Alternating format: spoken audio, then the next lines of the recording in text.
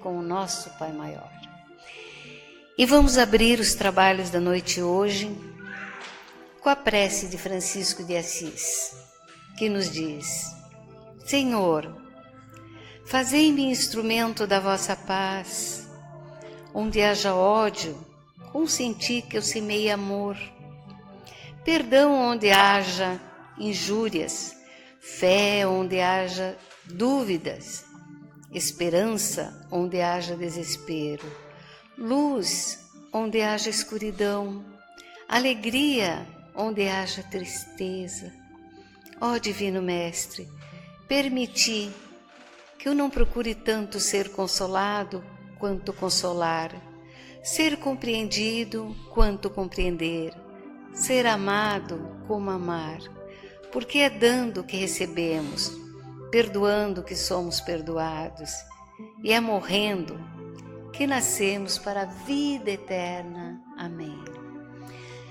Com a certeza que todos nós vamos sair daqui bem melhor do que quando aqui chegamos, nós hoje vamos sintonizar com o nosso irmão Maurício, trabalhador do Seara de Jesus, que com certeza sempre nos traz grandes mensagens para refletirmos, e vamos vibrar com ele. Que assim seja.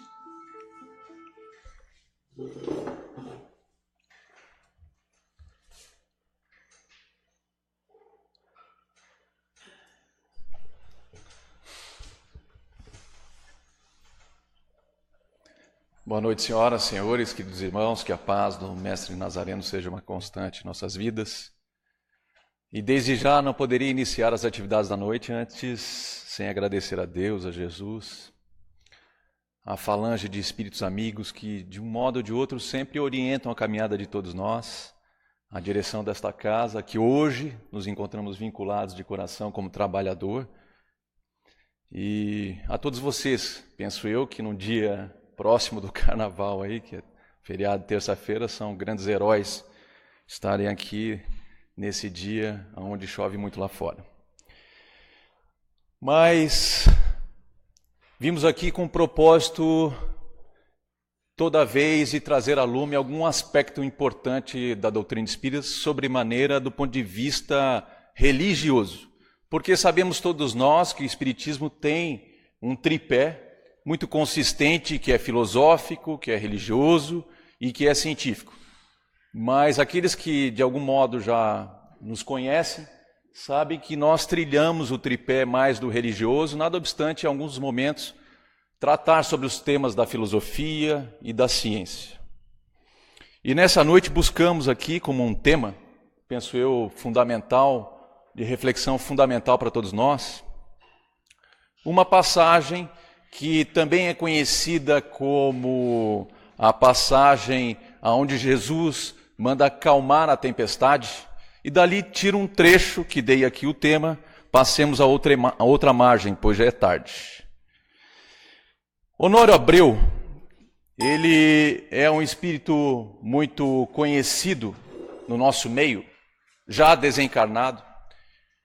Ele realiza um trabalho fantástico no movimento espírita de Minas Gerais, ou realizou, aonde ele fazia a interpretação do texto, buscando de modo muito minucioso dentro das parábolas, das mensagens de Jesus, os aspectos que talvez muitos de nós ainda não tenham o conhecimento ou a capacidade de extrair. Muitas vezes, quando vamos fazer a leitura da mensagem cristã, ou do Cristo, retiramos dali seu conteúdo meramente material, analisando a passagem do ponto de vista da situação em si, material.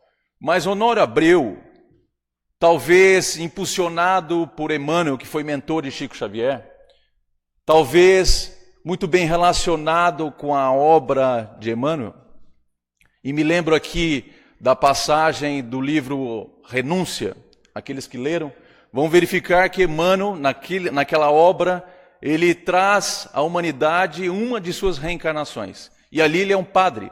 E ele tem contato com o espírito superior, que é Alcione, que decide descer das regiões mais sublimes da vida, com o objetivo de vir ao mundo físico, esse nosso, com o objetivo de buscar e resgatar o amado da sua vida.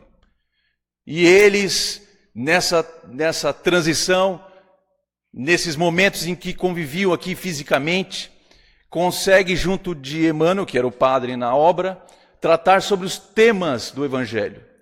E ela faz um estudo minucioso de cada versículo, trazendo para o cotidiano da nossa vida. E Honório Abreu vai dizer que devemos buscar cuidadosamente o conteúdo trazido por Jesus à humanidade. Esse conteúdo não material, mas o conteúdo espiritual que está inserido na mensagem e às vezes não percebemos. Porque para ele, este é o que dá vida, dá universalidade e dá eternidade à Boa Nova. Ou seja, não interessa o tempo ou o espaço, não interessa a cultura em que estejamos inseridos. Quando vamos fazer a leitura da mensagem do Cristo, vamos observar que há um conteúdo moral que é atemporal. Um conteúdo moral que vai além das estruturas do hábito da sociedade, porque advém de um mundo muito mais superior que o nosso. É um espírito puro, falando a criatura imperfeita na caminhada. E, baseado nisso, a Federação Espírita Brasileira traz à tona, talvez em 2017, um programa muito interessante que eu acho que levou muito tempo para surgir, de fato. É um programa voltado exclusivamente para o Evangelho, e ele tem ali o nome de Evangelho Redivivo. E baseado nesse programa do Evangelho Redivivo, a Federação Espírita Catarinense, que é uma federativa estadual, ela busca, na Federativa Nacional, apoiar-se e desenvolver um projeto a nível estadual e, por via de consequência, para todos os centros espíritas, de Santa Catarina, e exerce ali um trabalho fenomenal, aonde veremos que Oswaldo Melo, que é tido como o mentor espiritual do Seara de Jesus, que é tido como espírito que auxiliou na unificação do movimento espírita nacional e, sobremaneira, no movimento espírita catarinense. Ele vai dizer que é indispensável a cristianização do movimento espírita. Porque o movimento espírita é feito de pessoas. E, no fundo, as pessoas precisam, obviamente, conhecer a mensagem de Jesus na profundidade, com o objetivo de trazer no âmbito do dia a dia, do cotidiano, no âmbito dos centros espíritas, no âmbito da sua família, todo esse conteúdo, essa vivência. Não é à toa que vamos observar que na obra O Consolador, Emmanuel vai dar a diretriz do que significa esse evangelho na vida da criatura na Terra. Ele é tão profundo, ele é tão grandioso, ele é tão importante na nossa caminhada, se soubéssemos. E para sabermos, preciso ir à literatura com o objetivo de conhecer. Então, Emmanuel vai dizer que o evangelho é o edifício da redenção das almas. Como tal, devia ser procurada a lição de Jesus, não mais para qualquer exposição teórica, como estamos fazendo aqui hoje, mas visando cada discípulo ao aperfeiçoamento de si mesmo, desdobrando as edificações do Divino Mestre no terreno definitivo do Espírito. Então, Emmanuel vai informar a cada um de nós a grandeza do Evangelho na nossa caminhada, e que ele não deveria ser utilizado meramente como algo teórico, mas sim através de uma vivência prática, a fim de que a gente pudesse alcançar o que todos nós buscamos, certamente, que é a felicidade e a paz de consciência. Então vamos ver novamente Emmanuel, na questão 236 de O Consolador, dizer: o Espiritismo, sem o Evangelho, pode alcançar as melhores expressões de nobreza, mas não passará de atividade destinada a modificar-se ou desaparecer como todos os elementos transitórios do mundo.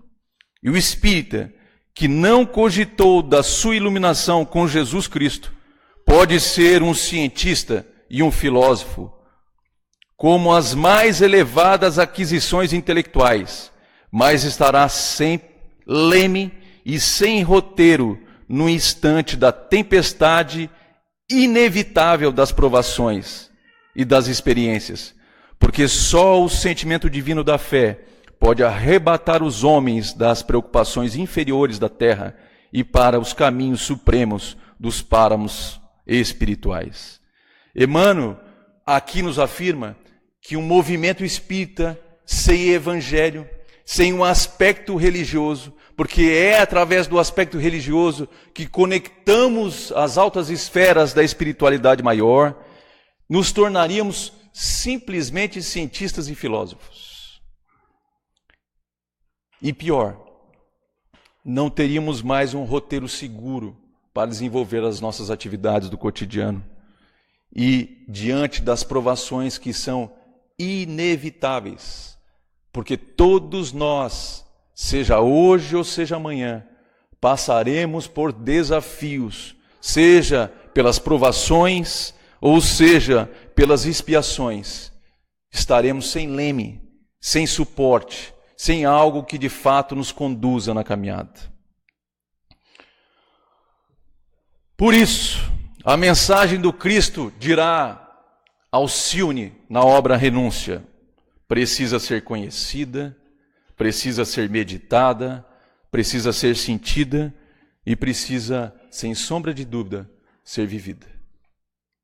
Veja que num primeiro contato fazemos a leitura, ou seja, tomamos conhecimento. À medida que a gente toma conhecimento, a gente vai aprimorando, vai meditando sobre as passagens.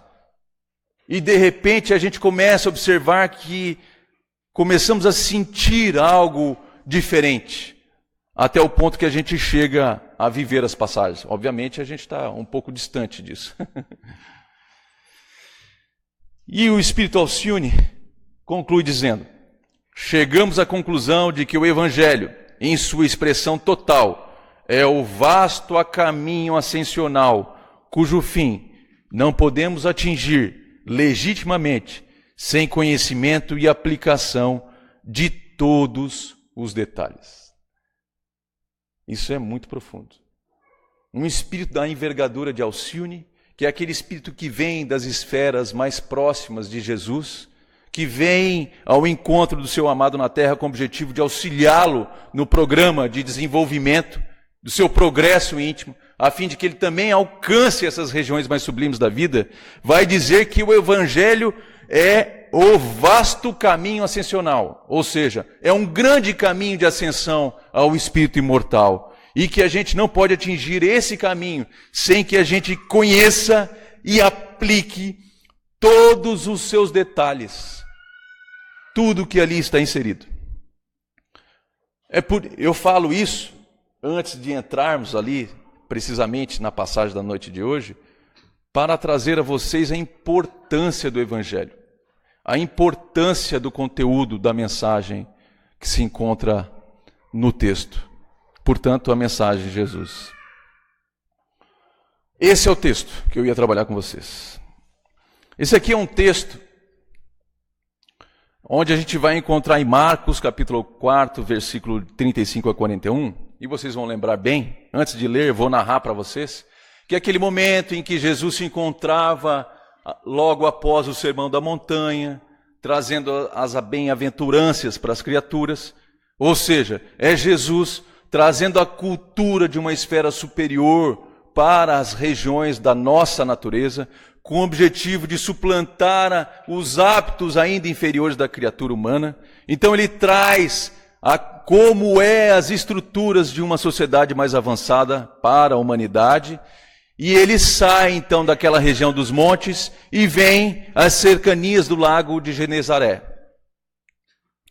Quando ele se encontra ali no meio da multidão, já no final do dia, ele resolve então chamar os apóstolos de dentro da multidão e convidá-los a passar a outra margem. E eles sobem na embarcação. E quando sobem na embarcação, segue adiante, vem a tempestade. E ali Jesus, então, vai narrar alguns aspectos que são importantes. Vamos dar uma olhada. E naquele dia, sendo já tarde, disse-lhe: passemos para a outra margem. E eles, quem? Os discípulos, deixando a multidão, o levaram consigo. Quem? Jesus. Assim como estava no barco. E havia também com ele outros barquinhos. E levantou-se grande temporal de ventos, e subiam as ondas por cima do barco, de maneira que já se enchia. E ele estava na popa, dormindo sobre uma almofada, e despertando-nos, dizendo-lhes: Mestre, não se te dá que pereçamos?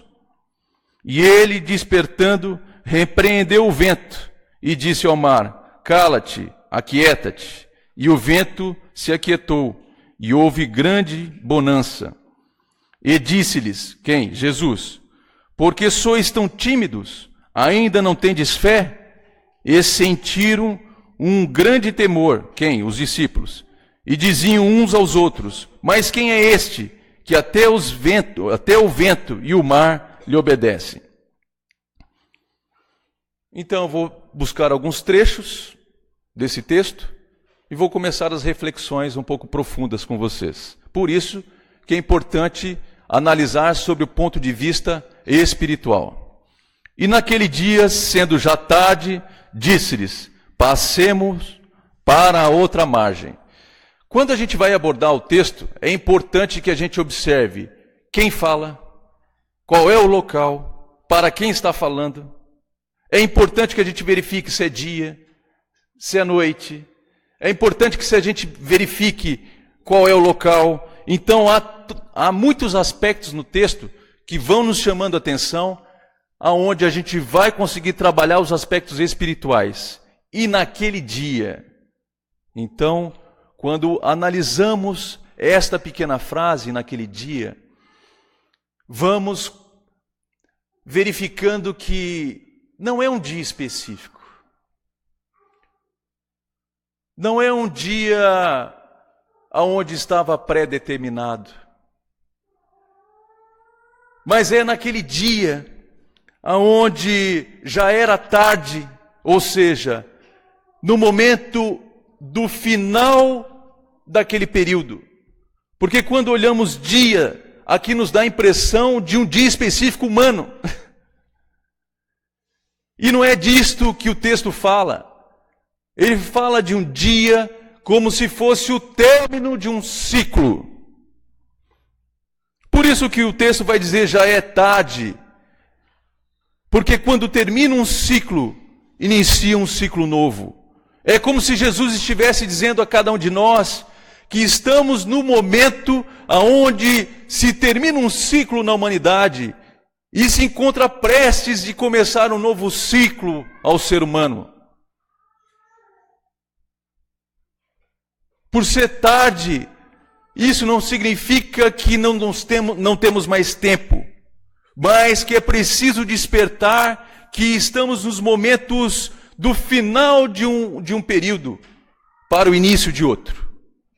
Quando falamos que na Terra vivemos um momento, ou num planeta de provas e expiações, todo o texto da doutrina espírita vem nos ensinando que estamos às portas de um mundo de renovação, de um mundo de regeneração, aonde os espíritos que tinham a mentalidade já de um espírito inferior, ligado talvez à sensualidade, ligado às drogas, ligado a tantas coisas equivocadas no caminho, que tiram o horizonte do espírito imortal para aquele caminho em direção à perfeição e à luz.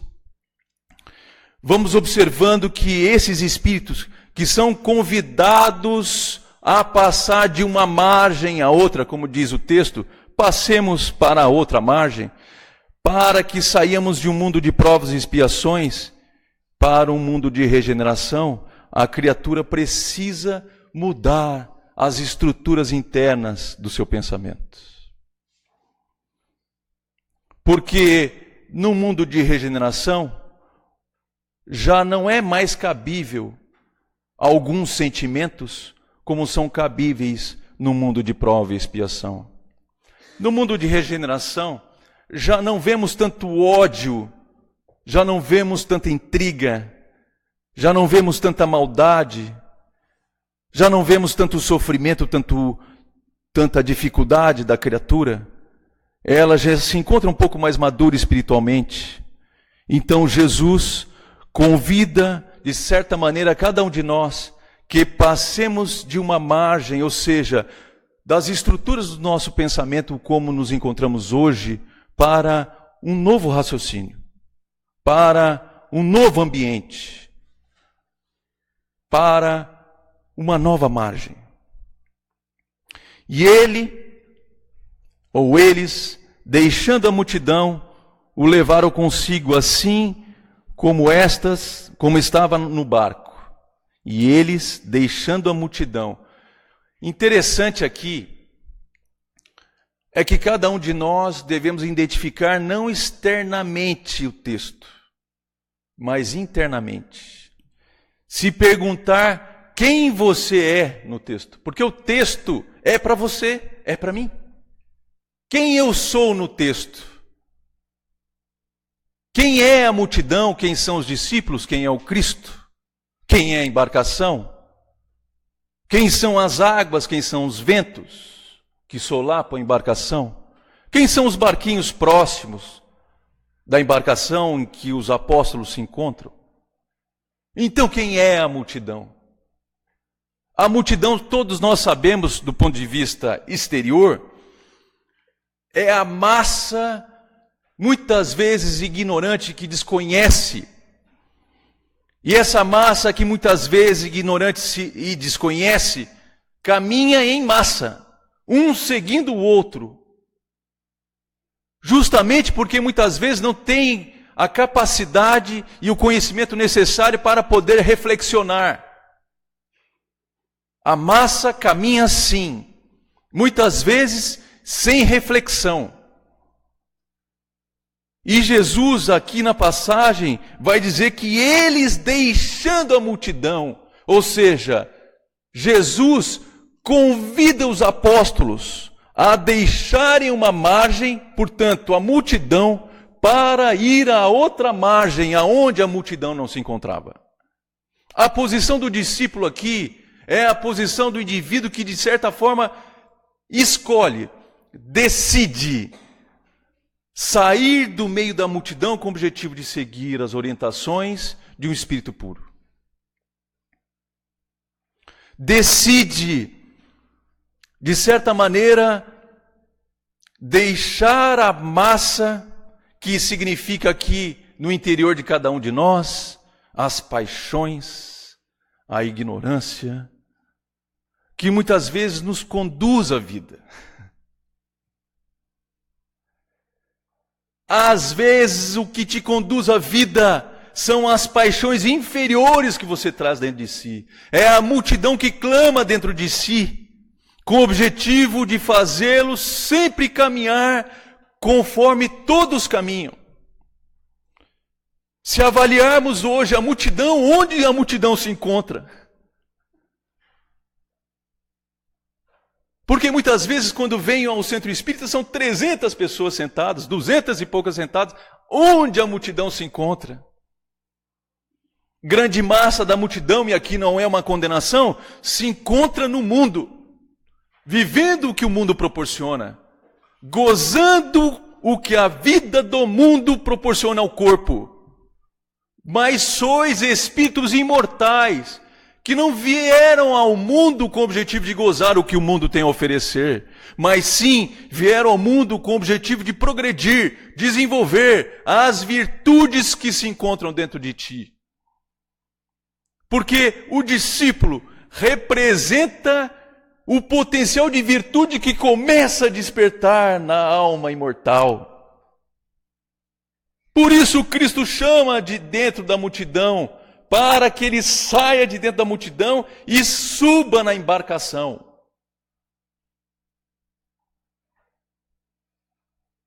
A figura do discípulo, ela é dentro de você e dentro de mim, me entende? Ela é o aspecto das virtudes que vivem dentro de você. E o Cristo, de modo constante, chama, clama que as virtudes saiam da multidão. Ou seja, que você dê mais ouvido aos aspectos superiores da vida, que é imortal, do que aos aspectos inferiores, que é da matéria. Porque já disse aqui, o corpo tem fome, e você se alimenta, sacia, e daqui a pouco o corpo tem fome novamente. O corpo tem sede, você toma água, sacia, e daqui a pouco o corpo volta a ter sede, portanto o corpo é insaciável, portanto a matéria é insaciável. Hoje você quer um carro, amanhã quer um carro zero, depois da manhã quer 2 carros, daqui a pouco tem um filho que quer 3 carros, daqui a pouco você quer uma casa maior, daqui a pouco você quer um duplex, uma mansão. Hoje você tem um emprego, daqui a pouco quer ser chefe, daqui a pouco quer ser dono da empresa, ou seja, é insaciável.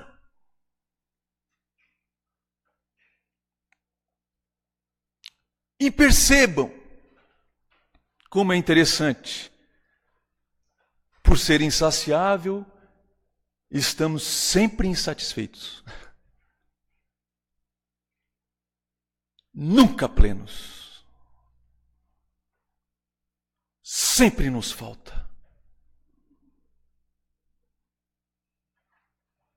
Mas quando analisamos os aspectos do espírito, esse se sacia nas virtudes, no amor, na tolerância, na compaixão, na caridade, na benevolência, na indulgência, nas coisas que tocam o sentimento. Isso é profundo. Porque enquanto toca a sensação, é insatisfeito. Mas quando toca no sentimento, você se satisfaz. Então Jesus sempre nos convida a sairmos dos aspectos materiais da vida para os aspectos espirituais, sair da multidão dos erros, dos equívocos, das paixões inferiores, porque Ele sabe que é insaciável. Você sabe que é insaciável. Para os aspectos mais elevados da vida, convidando agora você e a mim buscarmos aperfeiçoar o que é importante para o espírito que é imortal. Aquilo que vai te trazer paz de verdade. Aquilo que vai te tornar uma criatura perene, satisfeita. E o texto diz...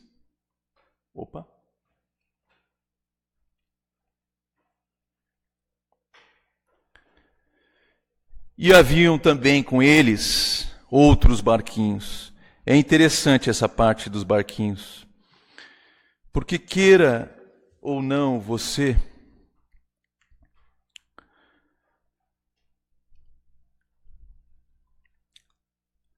a nossa travessia sempre afetará as pessoas mais próximas de nós.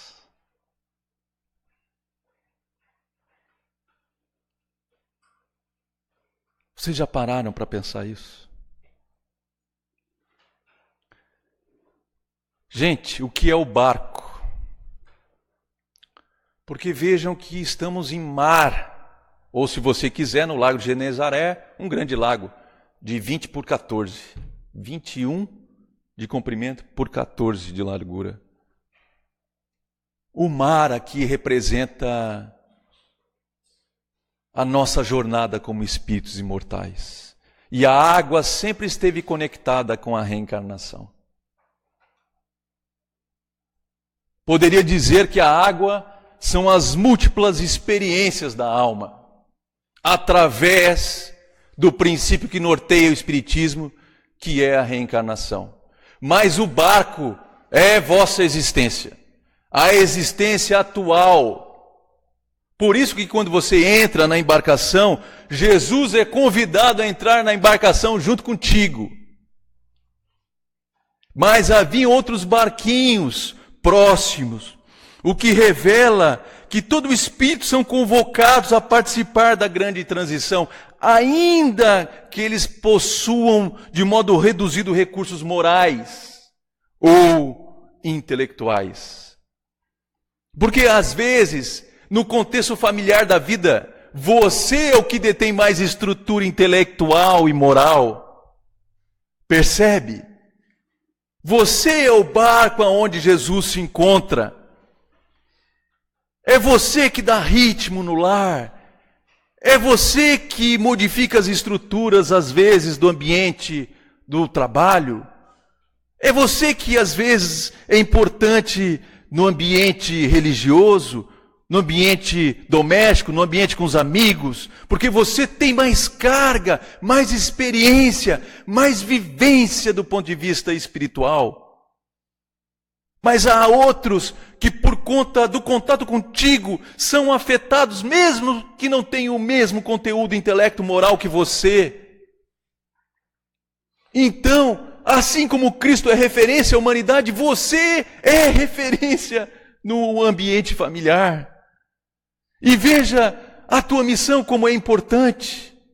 Porque às vezes você está inserido naquele ambiente justamente com o objetivo de orientar essas pequenas embarcações que são afetadas por ti, mas que estão no mar da vida como nós, vivendo as experiências, às vezes duras, às vezes mais fáceis, mas vivem a experiência como cada um de nós. Por isso, temos sim a obrigação, diante do cabedal de conhecimento que hoje detemos, de observar como navegamos, mas notadamente como aqueles que foram afetados por nós, ao nosso lado, se encontram navegando. Porque às vezes é importante a orientação, é importante dar as mãos, é importante levantar a pessoa que cai, se machuca. Mas nunca vou me esquecer de uma frase que Haroldo Dutra disse, obviamente pautado no Cristo, quando Jesus afirma que devemos amar o próximo como a nós mesmos. Ele disse que num voo, imagine um voo, não sei se todos já voaram, toda vez que a gente vai voar, a aeromoça, que já não é mais a aeromoça, tem outro nome, comissária de bordo, afirma que se tiver um problema no avião, vai cair as máscaras, você coloque a máscara primeiro, com o objetivo depois de auxiliar a pessoa que está ao lado. Ou seja, como auxiliar a pessoa ao lado sem antes introduzir a máscara em você. Por isso, amai o próximo como você ama a si mesmo.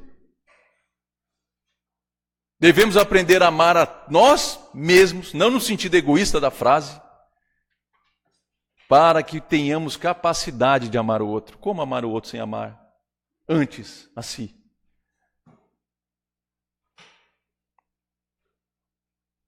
Por isso, a função de cada um de nós, por concessão divina, nos introduz em determinada família, nos introduz em determinado grupo social, nos introduz dentro de um centro espírita, nos introduz lá no ambiente de trabalho, para que o conteúdo moral dentro de nós venha à tona com o objetivo de auxiliar as pessoas, não para julgar, porque as pessoas às vezes ferem com conhecimento, machucam com as palavras, porque às vezes detêm mais conhecimento, mas sim com o objetivo de auxiliar. Mas eu sigo adiante.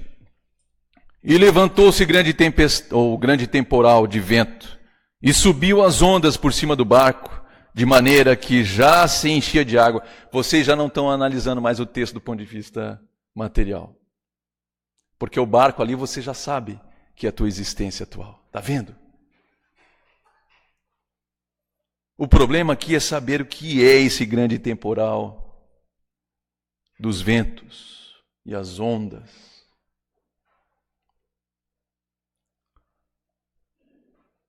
Todos nós, como disse, passamos e passaremos por desafios na vida.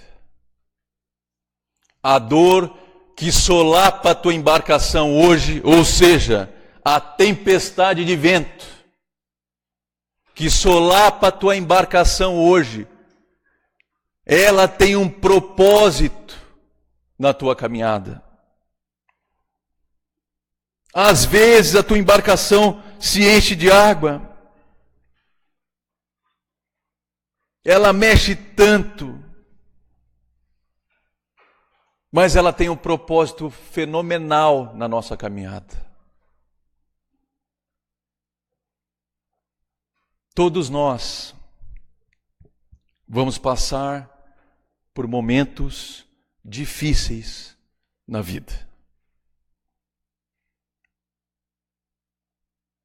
Seja pela perda de um ente querido, às vezes um pai, uma mãe, um irmão, às vezes um filho, que solapam nossa embarcação. Seja pela perda de um emprego, que era importantíssimo para a nossa caminhada, que garantia o pão de cada dia, que solapam nossa embarcação nessa travessia de uma margem a outra. Às vezes é a perda da nossa condição financeira, que antes tínhamos e hoje nada temos, e que isso frustra a criatura de tal maneira, porque queira ou não queira, sempre pensamos do ponto de vista material da vida. Esquecemos que somos espíritos imortais nos quadros das dores que o mundo nos oferece.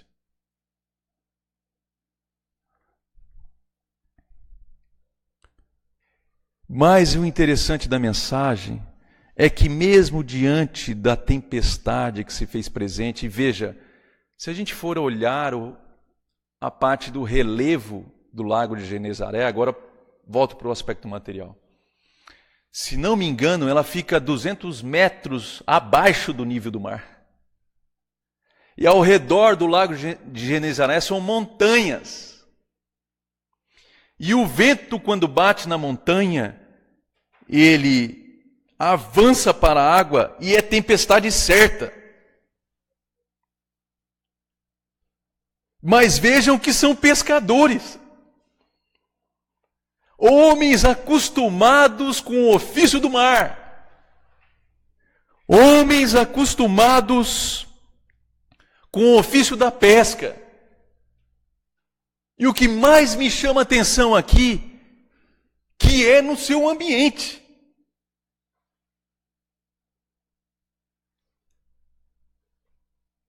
Mas, aqui o Lago de Genezaré, olha que bonito. Olha o relevo ali, ó. A cadeia de montanhas, era aqui que Jesus pregava.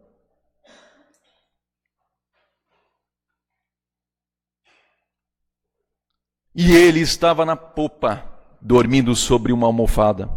E despertaram-no, dizendo: Mestre, não te importas que pereçamos? E ele quem? Jesus.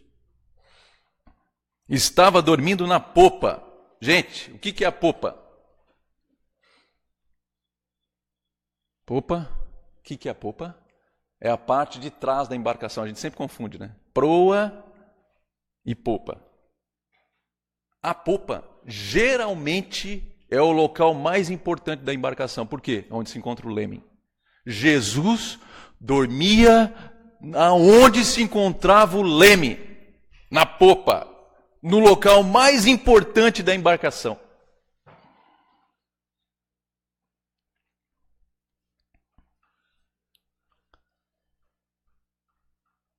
Agora pensem comigo do ponto de vista espiritual material. Esse é o governador espiritual do planeta. Ele fez a Terra junto com os demais cristos do sistema. Ele fez a cadeia de montanhas.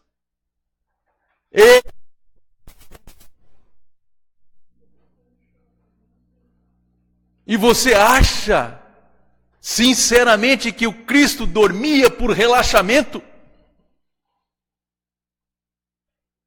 Ou ele dormia na certeza de que a tempestade ia solapar a embarcação, e ele tinha certeza que ia solapar a embarcação, porque foi ele que fez os ventos.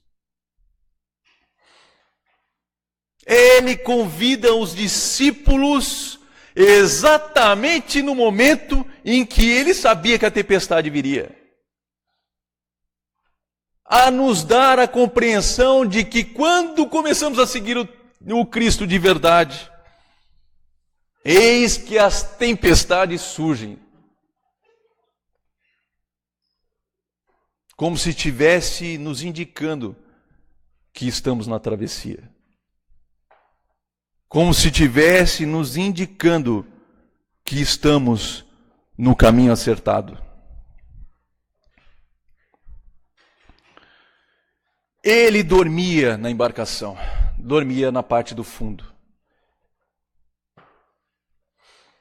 Mas o que me chama a atenção é que homens que estavam acostumados ao ofício da pesca, no seu ambiente, ou seja, no lago que ele está acostumado a pescar há anos, porque eles faziam aquela travessia há anos, pescando naquela região.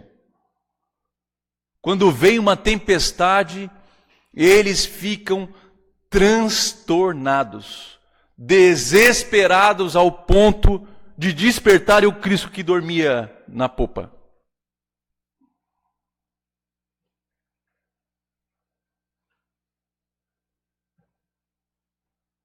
Percebe? Que a tempestade das dores tem uma missão profunda dentro de ti, de te tirar daquele comodismo da multidão,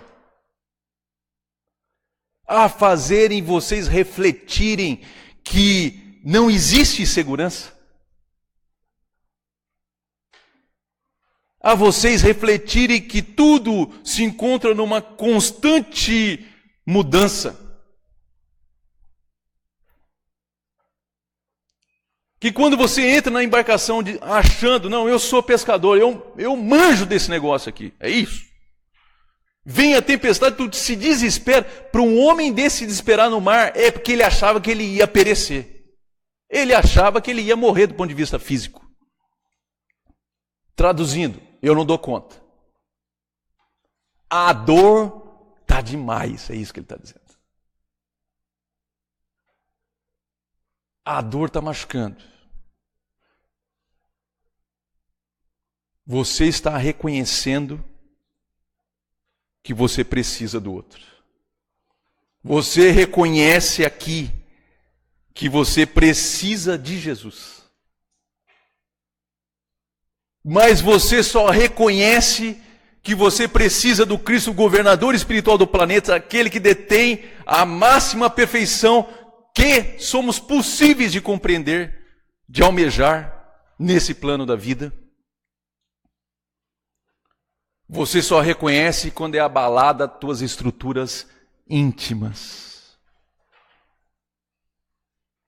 Porque na bonança, no dia de sol, no dia que está tudo tranquilo, você age segundo os seus princípios.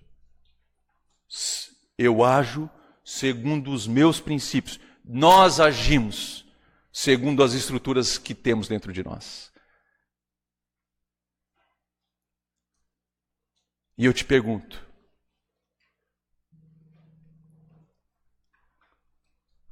você é feliz?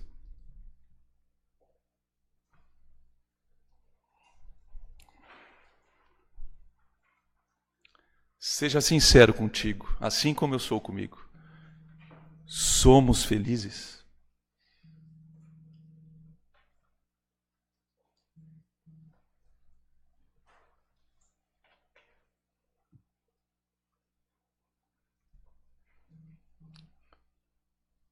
E você vai dizer: não, meu irmão, de fato eu ainda não alcancei essa felicidade. Porque as estruturas íntimas que conduzem e norteiam o teu comportamento, obviamente, te levam a se conduzir como uma multidão. Ainda, meu irmão, minha irmã. Porque estamos fadados aqui a alcançar a perfeição como Cristo alcançou. Mas é uma escolha. É uma decisão de cada um de nós.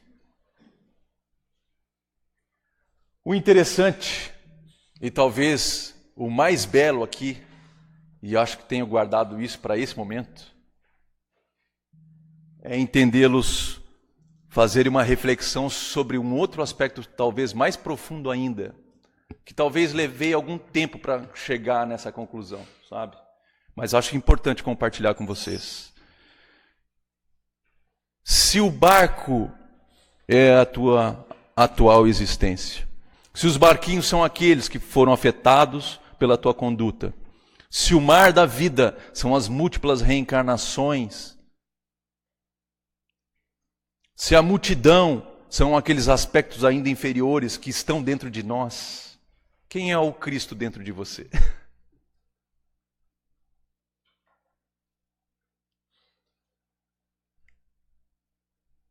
Porque você está olhando o Cristo aqui como o Cristo aquele que veio dos páramos celestiais com o objetivo de nos auxiliar na modificação da nossa vida. Mas agora eu começo a perceber que esse Cristo que dorme na passagem, talvez seja todo o conteúdo moral que o Cristo revelou à humanidade e que dorme na vossa consciência, que se chama lei divina.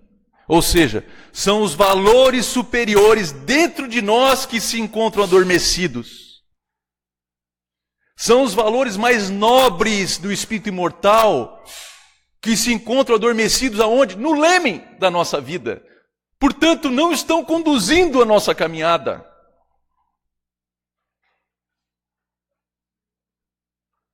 Quem conduz nossa caminhada são os apóstolos que, diante das situações graves da vida, ou seja, as tempestades, se desesperam. E você e eu, e nós, que nos julgamos criaturas que já somos mais experientes, mais vividas. Mas experimentem a dor mais forte. E vamos urrar.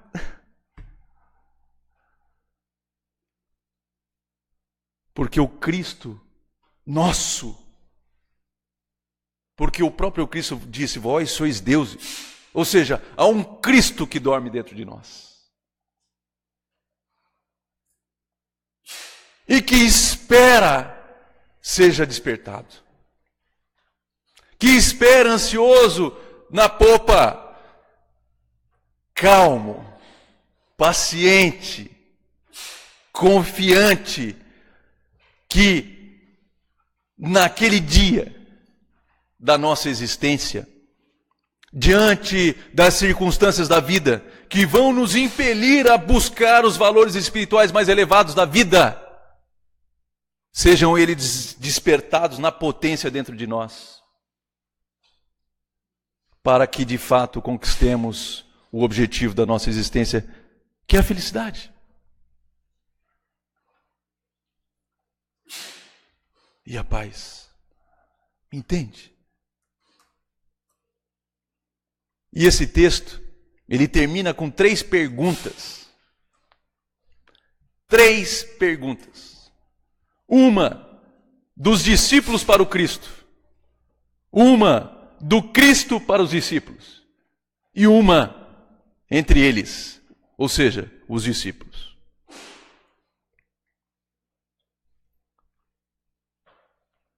A primeira pergunta é essa. Dizendo-lhes: mestre, não te importa que pereçamos?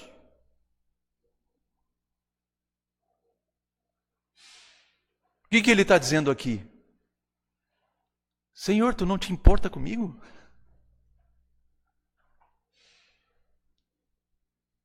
Porque no momento das dores mais profundas, nós elevamos nosso pensamento ao Criador da vida e perguntamos: por que nós? Por que eu? Tu não te importas comigo?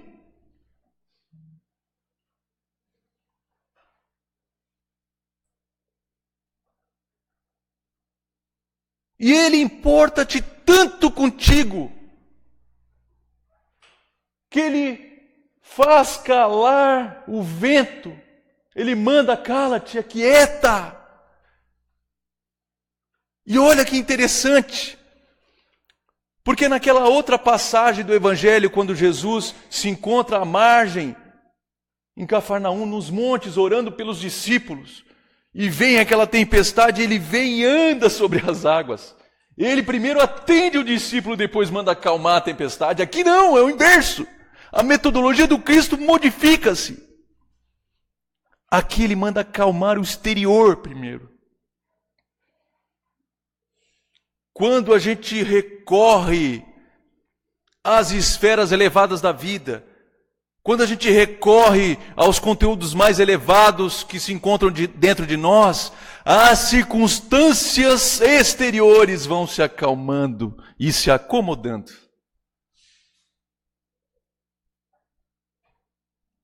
Por ordem do Cristo. E depois da tempestade, sempre vem a bonança, ou seja, a calma. O aspecto do Cristo deitado na proa dá o aspecto da calma diante das dores da vida. É como se ele estivesse nos ensinando assim: meu irmão, tu és um espírito imortal. Para que o desespero? Tu não vais perecer, porque o espírito é imortal e continua a sua caminhada.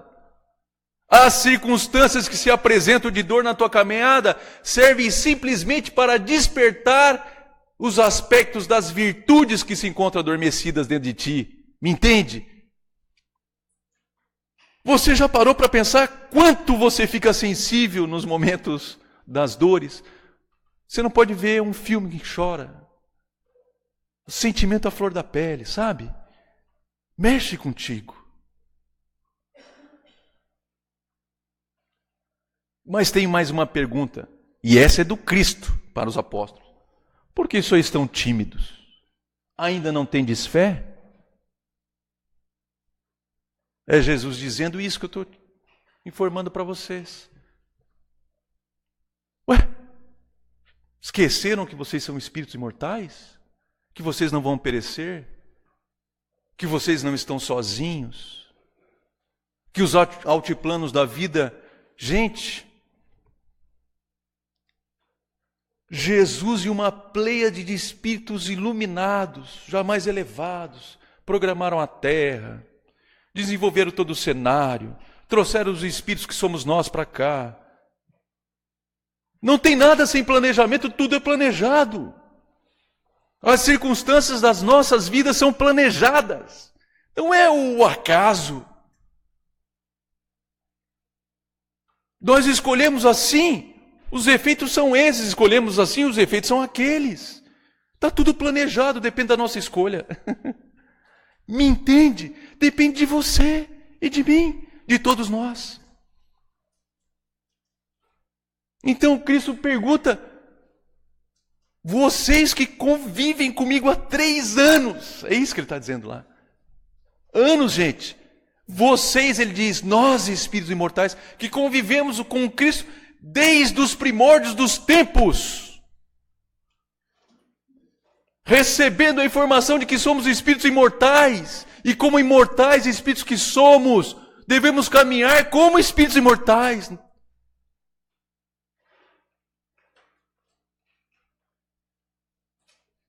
Não tendes fé? Ou seja, a fé é muito mais do que crença, nós sabemos. Crença é acreditar. Posso acreditar que o piloto do avião vai levar o avião daqui a Florianópolis. Mas só acreditar não me faz entrar dentro da aeronave. Eu tenho que ter certeza que ele vai me levar. Senão eu não entro. Fé é certeza. É saber de fato que é assim. Me entende? Ele está dizendo, ué? Tu entra na aeronave e de fato não tem certeza que tu vai chegar no destino? Você reencarna nesse planeta e não tem certeza que você vai chegar à perfeição? É isso que ele está dizendo para nós. E os discípulos terminam a exposição dizendo, mas quem é este homem? Ou quem é este que até o vento e o mar lhe obedecem?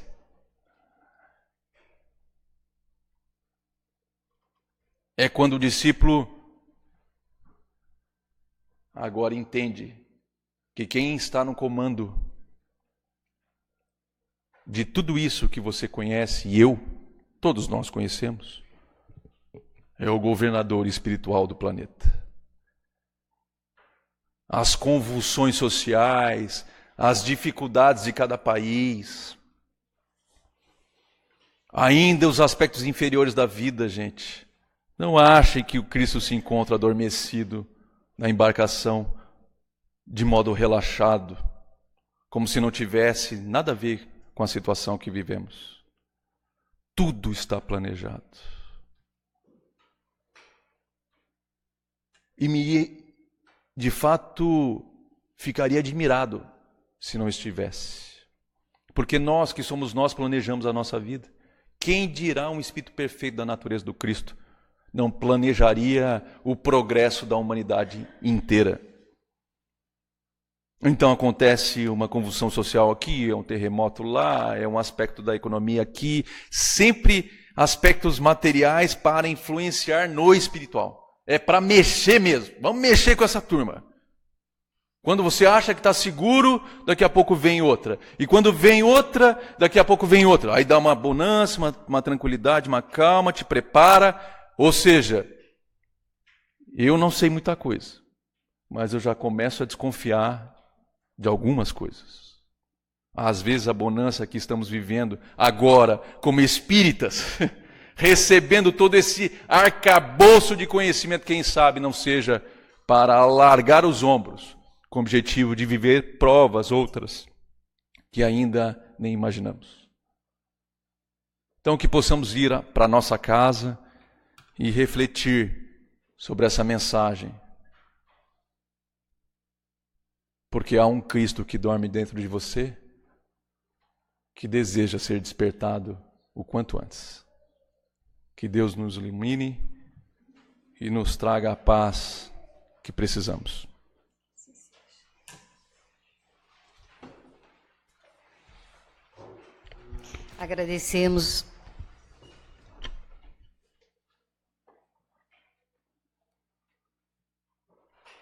Agradecemos ao nosso irmão,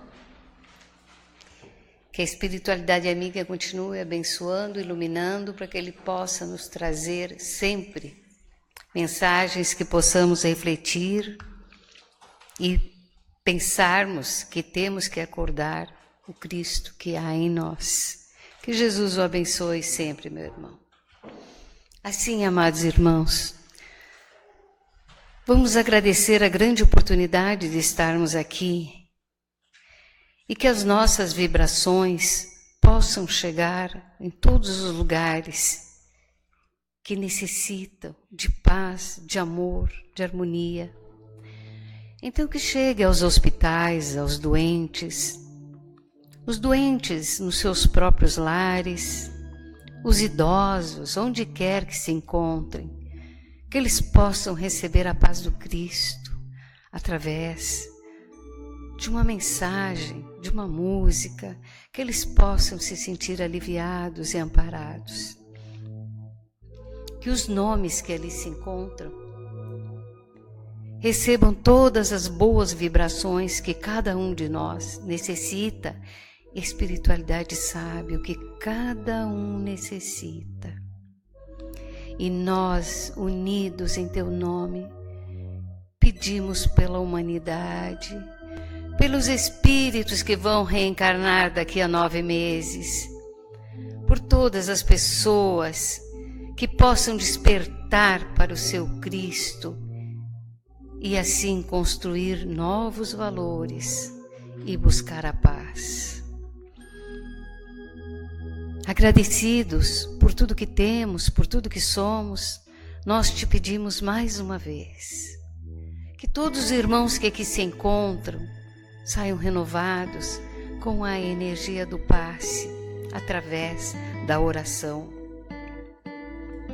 E assim nós te pedimos, Pai, Pai nosso que estais nos céus, santificado seja o seu nome, venha a nós o seu reino, seja feita a sua vontade, aqui na terra como nos céus. O pão nosso de cada dia nos dai hoje. Perdoa as nossas ofensas, assim como nós perdoamos a quem nos tem ofendido. E que Jesus nos abençoe hoje e sempre. Que assim seja, que possamos ter uma ótima semana, pois temos muito para refletirmos. Que assim